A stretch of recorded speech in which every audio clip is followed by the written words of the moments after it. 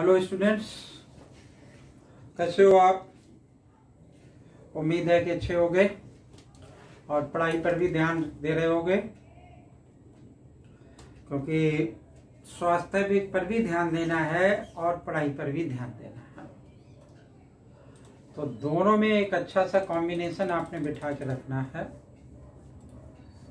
Morning में योगा से योगा करना चाहिए ताकि थोड़े से फिजिकल फिट रहे।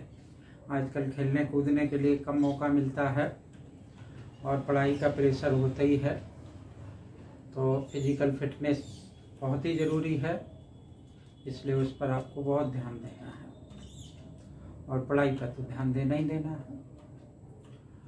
तो हमने लिख रखा है इंटीग्रेशन, इंटीग्रल्स चैप्टर 7 क्लास 12 का है ये।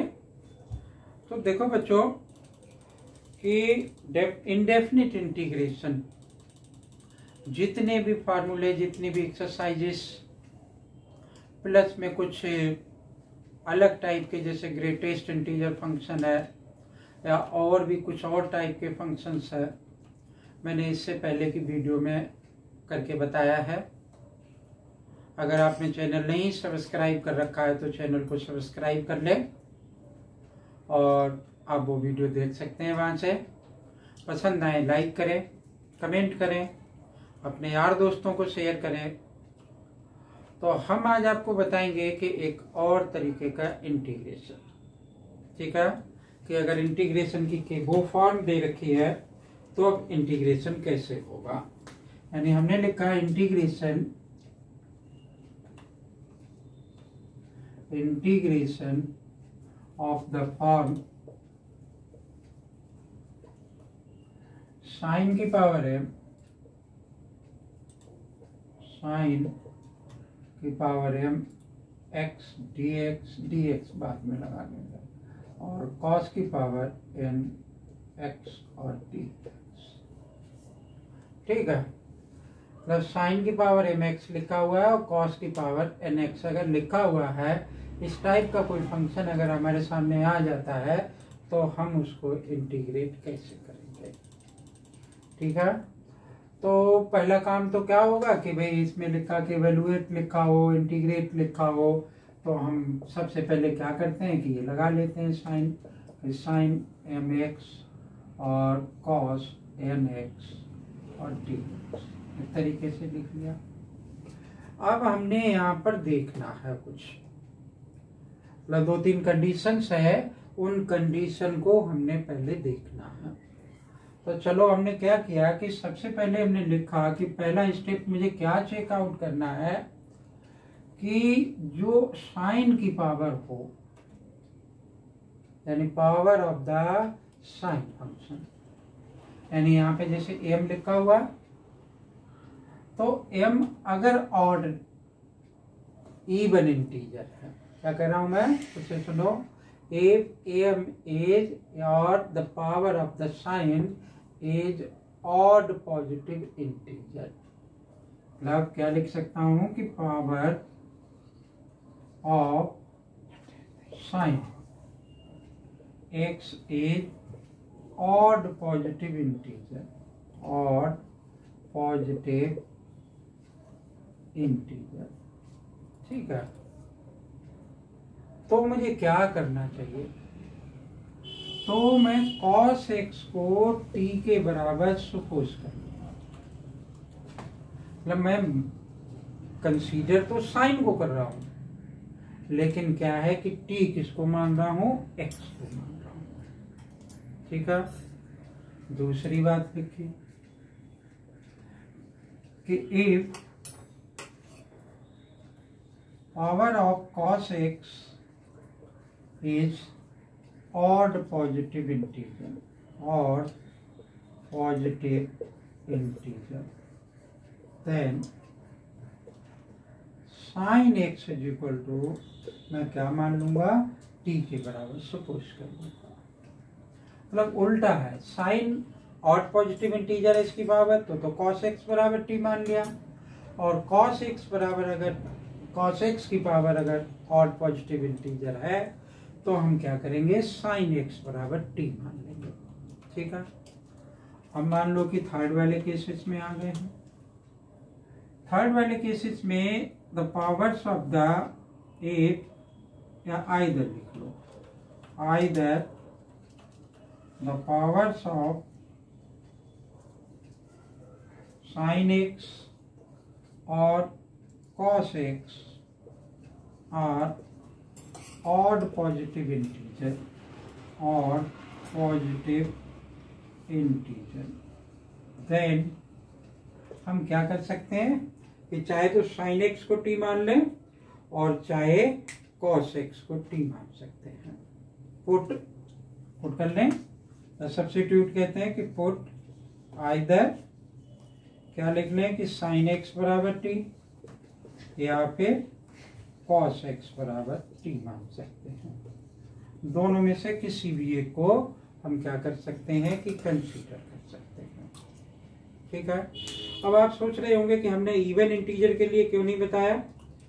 तो इवन इंटीजर अगर यहाँ पर आ जाता है दोनों केसेस में, तो हम नॉर्मल से क्या करते हैं कि इंटीग्रेशन कर देते हैं डे मॉरियर्स थ्योरम से, उससे इंटीग्रेट ही हो जाएगा। बहुत आसान सी थ्योरम है, बस यही जरूर है कि हमारी एनसीईआरटी बुक में डे मॉरियर्स थ्योरम लिखा नहीं है, कई बार क्वेश्चन उससे हम कराते रहे हैं। ठीक है ना।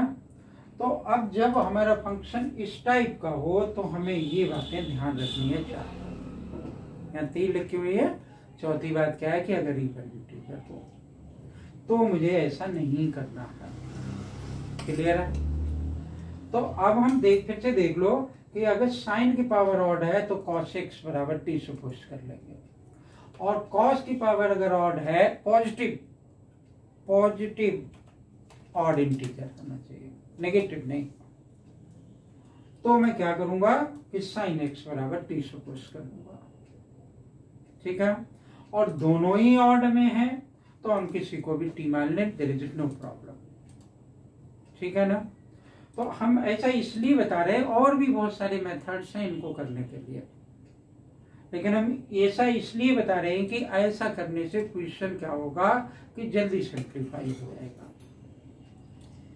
जल्दी से सिंप्लीफाई हो जाएगा। नहीं तो मान लो साइन स्क्वायर एक्स और कॉस क्यूब एक्स लिखा तो साइन स्क्वायर एक्स का फार्मूला लगा लें, जैसा कि हमारा कौन सी एक्सरसाइज थी कि 7.3 एक्सरसाइज थी। ठीक है ना।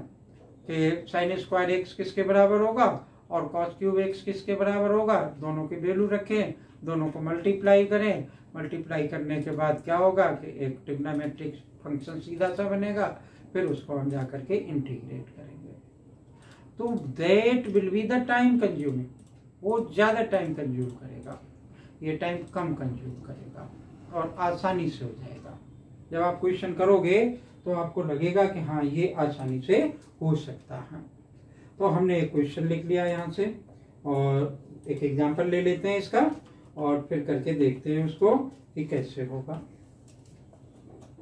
और the video and copy it.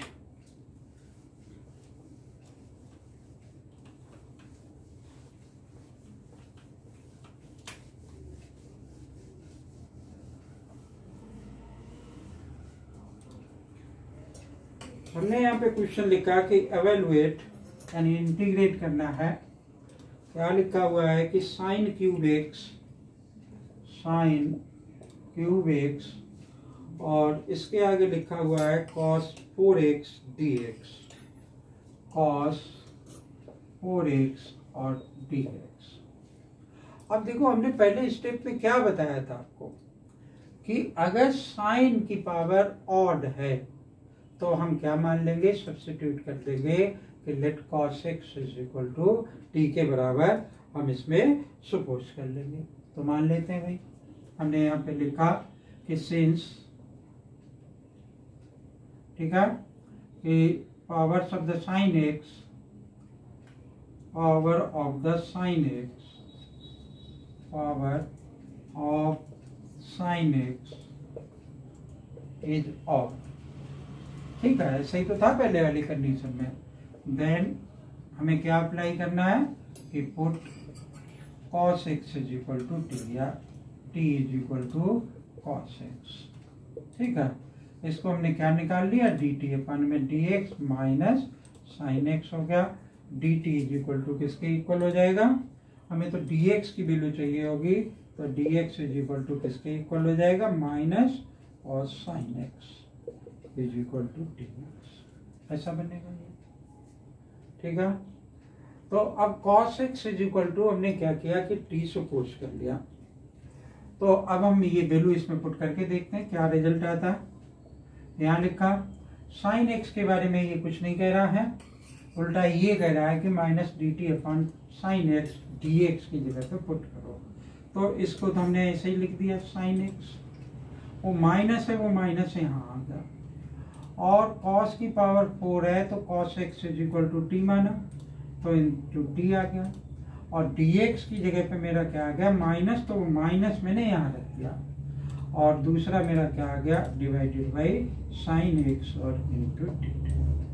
ठीक है, अब देखो ये किसके बराबर हो जाएगा, this is equal to sine square x और इंटू टी और टी टी।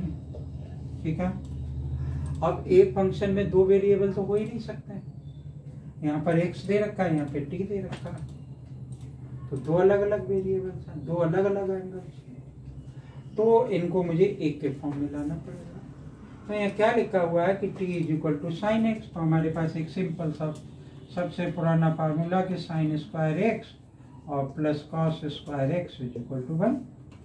कॉस एक्स की वैल्यू क्या दे रखी है, t दे रखी है, तो हमारा क्या हो गया कि sine square x is equal to 1 minus cos square x, तो sine x is equal to क्या आ जाएगा कि साइन स्क्वायर एक्स है इसलिए मैं साइन स्क्वायर एक्स बनाए रखूंगा 1 माइनस टी का स्क्वायर।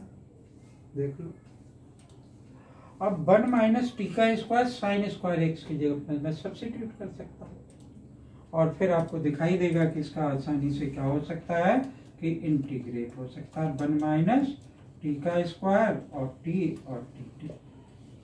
ठीक है बच्चों, अब ये माइनस बाहर है, मैं चाहूँ तो इनको मल्टीप्लाई करके इनके साइन भी रिप्लेस कर सकता हूँ, इंटरचेंज कर सकता हूँ, या बाद में साइन इंटरचेंज कर लूँ, तो बाद में ज़्यादा टर्म्स हो सकती होंगी, तो इतनी, तो इसको मैं किसको क्या लिख सकता हूँ कि टी स्क्वायर माइनस का 1 ये आ गया, और टी आ गया और टी आ गया, दिस इज इक्वल टू क्या हो जाएगा कि टी का क्यूब और माइनस टी और डी टी एक यहाँ पे लगा लिया और डी टी ये आ गया।